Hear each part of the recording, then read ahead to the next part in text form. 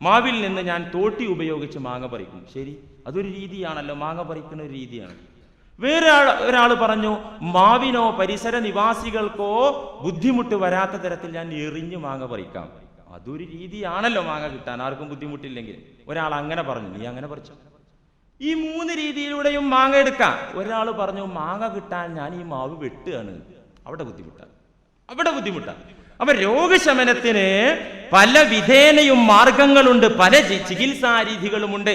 ആ ചികിത്സാ രീതി നാം സ്വീകരിക്കുമ്പോൾ നമ്മുടെ ഈമാനിന് തകർച്ച പറ്റരുത്, ഇസ്ലാമിക നിയമങ്ങളെ ലംഘിക്കുന്ന അവസ്ഥയുണ്ടാകരുത് എന്ന് മാത്രം. അതുകൊണ്ട് പ്രിയപ്പെട്ടവരെ, ഏത് ചികിത്സയും നമുക്ക് സ്വീകരിക്കാം. ചില അസ്വാസ്ഥ്യങ്ങൾക്കും ചില രോഗങ്ങൾക്കും ആത്മീയ ചികിത്സ അനിവാര്യമായി വരും. എന്താ കാരണം? ഒരു അസുഖം പിടിപെട്ട് പല ഡോക്ടേഴ്സിന്റെ അടുത്തും മാറി ട്രീറ്റ്മെന്റ് നടത്തി. കേട്ട എല്ലാ ഡോക്ടർമാരുടെയും അടുത്ത് തന്റെ രോഗവും കൊണ്ട് അവൻ കടന്നു ചെന്നു. ഇന്ന് ഇന്ത്യയിലുള്ള അല്ലെങ്കിൽ വിദേശത്തുള്ള ലോകത്തുള്ള എല്ലാ ചെക്കപ്പുകളും നടത്തി, എല്ലാ ടെസ്റ്റും നടത്തി. ബ്ലഡ്, യൂറിനല്, ശരീരത്തിലെ പിത്തം എല്ലാം ടെസ്റ്റ് നടത്തി. എവിടെയും ഒരു പ്രോബ്ലവും കാണാനില്ല. എന്നാലോ രോഗം, കലശലായ വേദനയും ബുദ്ധിമുട്ടും നിലനിൽക്കുന്നു. ഇത്തരം വേളകളിൽ ചില ഡോക്ടർമാർ തന്നെ പറയാറുണ്ട്, നിങ്ങളുടെ ശരീരത്തിൽ ഒരു കുഴപ്പവും എൻ്റെ പരിശോധനയിലും എൻ്റെ ടെസ്റ്റുകളിലും കാണുന്നില്ല, അതുകൊണ്ട് നിങ്ങളുടെ വിശ്വാസപ്രകാരം നിങ്ങളൊന്ന് റൂട്ട് മാറ്റി ചിന്തിക്കാവുന്നതാണ് നിങ്ങൾക്ക് എന്ന് ഡോക്ടർമാർ പറയും. നാം ആദ്യം സൂചിപ്പിച്ച ഉൽപ്പതിഷ്ണു വിഭാഗം മന്ത്രവും ആത്മീയ ചികിത്സയും മുഴുവൻ അബദ്ധമാണ്, അങ്ങനെ സംഗതിയില്ല എന്ന് പറയുന്ന ആളുകളും ഇത്തരം ഘട്ടങ്ങളിൽ പാതിരാത്രിയുടെ കൂരിരുട്ടിൽ വെള്ളപ്പാത്രവുമായി ഈ ചികിത്സ നടത്തുന്ന ആളുകളുടെ അടുത്തെത്തും. എനിക്കറിയാം അങ്ങനെയുള്ള ആളുകളെ. എതിർക്കുന്ന ആളുകളും ഗത്യന്തരമില്ലാതിരിക്കുമ്പോൾ ഈ ചികിത്സയിൽ അഭയം തേടും. ഇങ്ങനെയുള്ള ഒരവസ്ഥ ഉണ്ട്. പക്ഷെ ഒരു വസ്തുത നിങ്ങൾ അറിയണം, ഈ ചികിത്സയിൽ ശരിയും തെറ്റുമുണ്ട്. ആത്മീയ ചികിത്സയിൽ ശരിയും തെറ്റുമുണ്ട്. ഈ ചികിത്സ നടത്തുന്ന ആളുകളിൽ കള്ളന്മാരും നല്ലവരുമുണ്ട്. ആപേക്ഷികമായി നല്ലവരെക്കാൾ കള്ളന്മാർക്കാണ് കൂടുതൽ കള്ളന്മാരാണ് ഈ മേഖലയിലുള്ളതെന്ന വസ്തുതയും ഈ സമയത്ത് മറച്ചു വെക്കുന്നില്ല. ആത്മീയ ചികിത്സയിൽ അത് നടത്തുന്ന ആളുകൾ, അതിന്റെ ചികിത്സാരികളായ ആളുകളിൽ നല്ലവരെക്കാൾ ചീത്ത ആളുകൾ, ചൂഷണത്തിന്റെ ആളുകൾ, കള്ളന്മാർ, തട്ടിപ്പ് വീരന്മാരാണ് കൂടുതലെന്ന വസ്തുത അവഗണിക്കുന്നില്ല. എന്നാൽ ഇങ്ങനൊരു ചികിത്സയുണ്ടെങ്കിൽ, അഥവാ 90% അബദ്ധവും തട്ടിപ്പും ചൂഷണവുമാണെങ്കിൽ തന്നെ 10% യാഥാർത്ഥ്യമുണ്ടെങ്കിൽ ആ യാഥാർത്ഥ്യം നാം തിരിച്ചറിയണമല്ലോ. അതുകൊണ്ട് എന്താണ് രോഗങ്ങൾ, മാനസിക രോഗങ്ങൾ, പൈശാചികമായ രോഗങ്ങൾ, എന്താണ് പൈശാചികത, എന്താണ് പിശാച് ബാധ എന്ന് നാം പഠിക്കണം. എന്താണ് പിശാച് ബാധ? അങ്ങനെ ഒരു സംഭവം ഉണ്ടോ? ശൈത്വാൻ മാനസികമായി മനുഷ്യനെ തകർക്കുവോ, സാമ്പത്തികമായി തകർക്കുവോ, മനുഷ്യന്റെ ശാന്തി കെടുത്തുമോ? അങ്ങനെ ഒരു സംഗതി ഉണ്ടോ എന്നത്, ആ ഒരു ചോദ്യത്തിന് ഒറ്റവാക്കിൽ മറുപടി പറയാൻ പറ്റില്ല. ആദ്യം ശൈത്താനെ കുറിച്ച് പഠിക്കണം. എന്താണ് ശൈത്താൻ? അത് പഠിച്ചിട്ടല്ലേ അതിന്റെ ബാധ പഠിക്കല്. എന്താണ് ശൈത്താൻ? പരിശുദ്ധ ഖുർആൻ പറയുന്നു, സൂറത്തുൽ കഹ്ഫിൽ ഇന്ന് പാരായണം ചെയ്ത സൂറയിൽ കാണാം, വഇദ് ഖുൽനാ ലിൽ മലായികതി ഇസ്ജുദൂ ലി ആദമ ഫസജദൂ ഇല്ലാ ഇബ്ലീസ്. ഇബ്ലീസ് ഒഴിച്ച് എല്ലാ മലക്കുകളും ആദമിന് സുജൂദ് ചെയ്തു. എന്നിട്ട് പറയാം, കാന മിനൽ ജിന്നി ഫഫസഖ അൻ അംരി റബ്ബി. ഇബ്ലീസിനെ അല്ലാഹു പരിചയപ്പെടുത്തുന്നു സൂറത്തുൽ കഹ്ഫിലൂടെ. കാന മിനൽ ജിന്നി ഫഫസഖ അൻ അംരി റബ്ബി. ഇബ്ലീസ് ആരായിരുന്നു? കാന മിനൽ ജിന്നി, അവൻ ജിന്ന് വർഗത്തിൽപ്പെട്ട ആളായിരുന്നു. ജിന്ന് വർഗത്തിന്റെ പിതാവാകുന്നു ഇബ്ലീസ്. അബുൽ ജാൻ ഇബ്ലീസ് ലഅനത്തുല്ലാഹി. ജിന്ന് വർഗത്തിന്റെ പിതാവായിരുന്നു ഇബ്ലീസ്.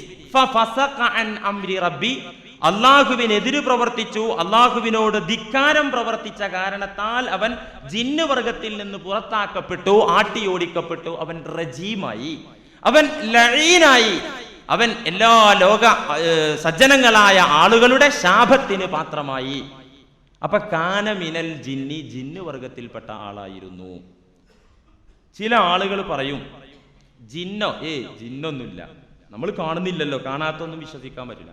വേറൊരു വിഭാഗം മുസ്ലിങ്ങളിൽ നിന്നുള്ള ഒരു വിഭാഗം പണ്ഡിതന്മാർ, ഞാൻ പേര് പറഞ്ഞ് ആക്ഷേപിക്കുന്നില്ല, മുസ്ലിങ്ങളിലുള്ള ഒരു വിഭാഗം പണ്ഡിതന്മാർ ഖുർആനിന് പരിഭാഷ എഴുതി ചേർത്തിട്ടുണ്ട്. നിങ്ങളൊക്കെ ഒരുപക്ഷെ വായിച്ചു കാണും.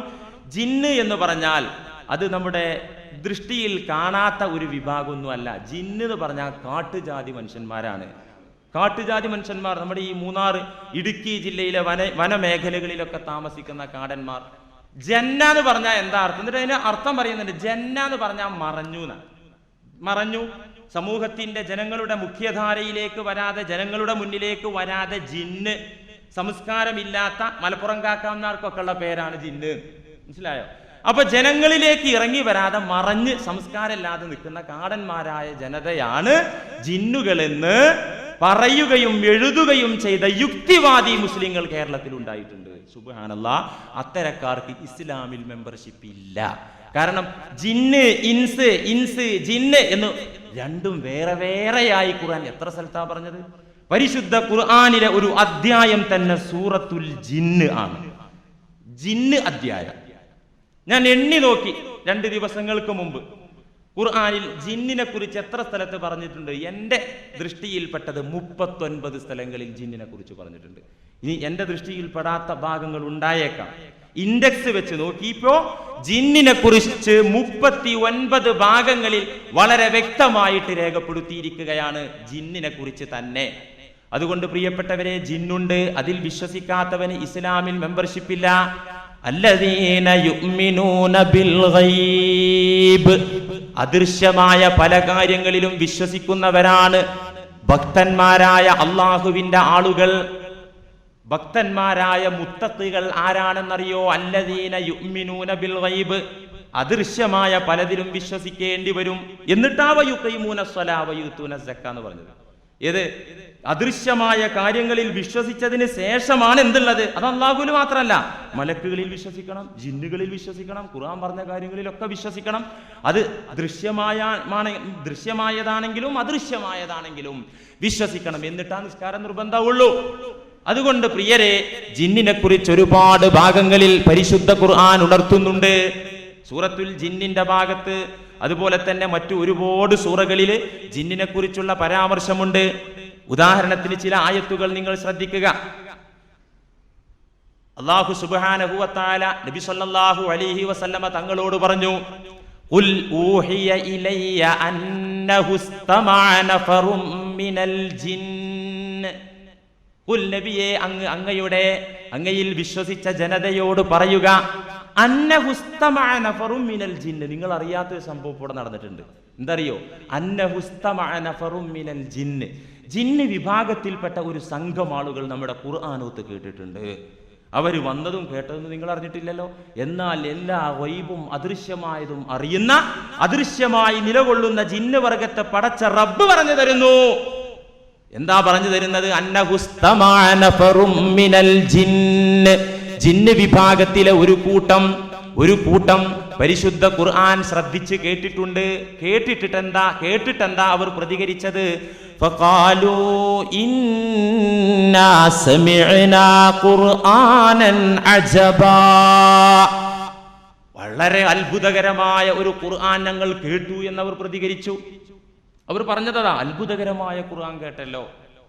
എന്നിട്ടുള്ള പിന്നെ എന്തായി? അതും ഖുർആൻ പറഞ്ഞു തരുന്നുണ്ട്. വഇദ് സ്വറഫ്നാ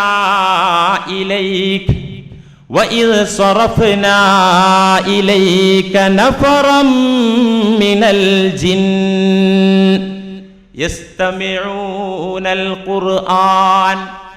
നിങ്ങളിലേക്ക് ഒരു വിഭാഗം ജിന്നുകളെ നാം തിരിച്ചുവിട്ടു നബിയെ. ഒരു വിഭാഗം ജിന്നുകളെ അങ്ങയിലേക്ക് നാം തിരിച്ചുവിട്ടു. യസ്തമിഊൻ, അവർ ഖുർആൻ കേട്ടു.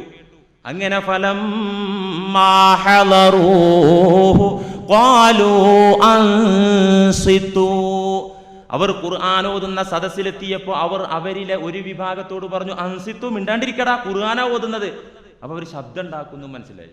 അപശബ്ദങ്ങൾ ഉണ്ടാക്കിയല്ലേ? അൻസിത്തു, ശരിക്കും ശ്രദ്ധിച്ചു കേട്ടോ പരിശുദ്ധ ഖുർആൻ.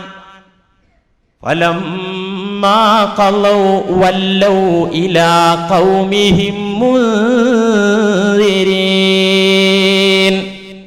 ഇത് പൂർത്തീകരിച്ചപ്പോ, ഖുർആൻ പാരായണം അവസാനിച്ചപ്പോ എന്താ അവർ ചെയ്തത്?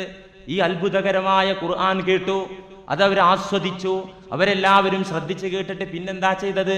വല്ലൗ ഇലാ ഖൗമിഹിം മുൻദിരീൻ, അവരുടെ വിഭാഗത്തിലേക്ക്, ജിന്ന് വർഗത്തിലേക്ക്, ഇവിടെ ഖുർആൻ ഓതുന്ന സദസ്സിൽ സന്നിഹിതരായിരുന്ന ജിന്നുകൾ ചെന്നിട്ട് പ്രബോധനം നടത്തി. ഇവർ മുസ്ലിങ്ങളായി. ആര്? ഇവിടെ വന്ന ജിന്നുകൾ ഇസ്ലാം മതം ആശ്ലേഷിച്ച് അവരുടെ വിഭാഗത്തിലേക്ക് തിരിച്ചു ചെന്നിട്ട് എന്തു പറഞ്ഞു? പ്രബോധനം നടത്തി. വമാ ഖലഖതുൽ ജിന്ന വൽ ഇൻസ ഇല്ലാ ലിയഅ്ബുദൂൻ. നിങ്ങൾ സാധാരണ കേൾക്കുന്ന ആയത്ത്, ജിന്നിനെയും ഇൻസിനെയും നാം സൃഷ്ടിച്ചത് എൻ്റെ അബ്ദുകളായി, എൻ്റെ ദാസന്മാരായി, മുസ്ലിങ്ങളായി മാറാൻ വേണ്ടി മാത്രമാണെന്ന് അല്ലാഹു പറഞ്ഞല്ലോ. അപ്പൊ അവരിലേക്ക് പ്രബോധനമുണ്ട്, ശറഇന്റെ കീർത്തനകളുണ്ട്. എങ്ങനെയാണ് ജിന്നുകൾ ഖുർആൻ ഓതുന്ന സദസ്സിലെത്തിപ്പെട്ടത്? എങ്ങനെ? അതിനും കാരണം ഖുർആനിൽ തന്നെ കാണാം. എങ്ങനെ എവിടെ എത്തിപ്പെട്ടത്? ഇമാം ബുഖാരിയും മുസ്ലിമും ഉദ്ധരിക്കുന്ന ഹദീസിൽ അബ്ദുല്ലാഹിബ്നു അബ്ബാസ് റളിയല്ലാഹു അൻഹുവിനെ തൊട്ട് ഉദ്ധരിക്കുന്ന, ഇമാം ബുഖാരിയും മുസ്ലിമും ഉദ്ധരിക്കുന്ന ഹദീസിൽ കാണാം, നബി സല്ലല്ലാഹു അലൈഹി വസല്ലമ ഒരു സുപ്രഭാതത്തിൽ തന്റെ സ്വഹാബികളിൽ ഒരു വിഭാഗത്തോടൊപ്പം, ചില സ്വഹാബിമാരോടൊപ്പം സൂഖ് ഉഖാലിലേക്ക് യാത്ര ചെയ്യുകയാണ്. ഉഖാല് പട്ടണത്തിലേക്ക് നബിയും ഒരു വിഭാഗം സ്വഹാബികളും യാത്ര ചെയ്യുകയാണ്. അവർ യാത്ര ചെയ്യുന്നതിനിടയിൽ ഒരു പ്രഭാത സമയത്ത് വഴിമധ്യത്തിൽ അവർ സുബഹി നമസ്കരിക്കാൻ ഇറങ്ങി. ആ പ്രദേശത്തിന്റെ പേരാണ് നഖ്ല. നഖ്ല എന്ന് പറയുന്ന പ്രദേശത്ത് സുബഹി നമസ്കരിക്കാൻ വേണ്ടി നബിയും സംഘവും ഇറങ്ങി. സുബഹി നമസ്കരിച്ച സമയത്ത് അപ്പോഴാണ് ഒരു പറ്റം ജിന്നുകൾ അതുവഴി വന്നത്. എന്തേ വരാൻ കാരണം? അതെന്താ കാരണം? അവർ ആകാശ ലോകങ്ങളിൽ സ്വൈരവിഹാരം നടത്തുന്ന വിഭാഗമായിരുന്നു. ആകാശലോകങ്ങളിൽ സഞ്ചരിക്കാൻ സ്വാതന്ത്ര്യമുള്ള വിഭാഗമായിരുന്നു. അങ്ങനെ അള്ളാഹുവിന്റെ മലക്കുകൾ കാര്യങ്ങൾ ചർച്ച ചെയ്യുന്നത്, തീരുമാനിക്കുന്നത്, ഭൂമിയിൽ നടപ്പാക്കാനുള്ള കാര്യങ്ങൾ പ്ലാൻ ചെയ്യുന്നതൊക്കെ ഇവർ കട്ടുകേട്ടിരുന്നു. ജിന്ന് പിശാചുക്കൾ എവിടെ? വാനലോകത്ത്, ആകാശത്ത്. ഇങ്ങനെ ഇവർ സുഗമമായി ആകാശങ്ങളിലൂടെ സഞ്ചരിക്കുകയും ആകാശത്ത് മലക്കുകളുടെ ചർച്ച കട്ടുകേൾക്കുകയും ചെയ്തിരുന്നു. ഇതിവരെ പതിവായിരുന്നു. പക്ഷേ ഒരു സുപ്രഭാതത്തിൽ ഭയങ്കര സെക്യൂരിറ്റി, വാനലോകത്ത് വലിയ പാറാവുകാർ, അതുപോലെ തന്നെ അവിടെ തീയുണ്ടകളാകുന്ന മിസൈലുകളും മാലാഖമാരുടെ സെക്യൂരിറ്റിയും ഒന്നാകെ ആകാശത്ത്. എന്ത് പറ്റിപ്പത്? ഇന്ന് വരെ ഇല്ലാത്തൊരു സംഭവമുള്ളത്. ആകാശലോകങ്ങളിൽ ഇഷ്ടം പോലെ സഞ്ചരിക്കാൻ നമുക്ക് അവസരമുണ്ടായിരുന്നല്ലോ, സ്വാതന്ത്ര്യമുണ്ടായിരുന്നല്ലോ. എന്തേ സെക്യൂരിറ്റിയുടെ എണ്ണം കൂട്ടിയത്? പാറാവുകാർ കൂടിയത് എന്തുകൊണ്ട്? നമ്മെ തകർക്കാൻ എന്തിനാണ് അവിടെ മിസൈലുകൾ സംവിധാനിച്ചത് എന്ന് പിശാചുക്കൾ പരസ്പരം പറയുകയും അവർ ഭൂമിയിലൂടെ ഒരു സഞ്ചാരം നടത്തിയപ്പോഴാണ് ഈ സംഭവം കാണുന്നത്. അപ്പൊ എന്താ? നബി സല്ലല്ലാഹു അലൈഹി വസല്ലമ തങ്ങളുടെ വരവോടെ ജിന്നുകളുടെ സ്വാതന്ത്ര്യവും ശക്തിയും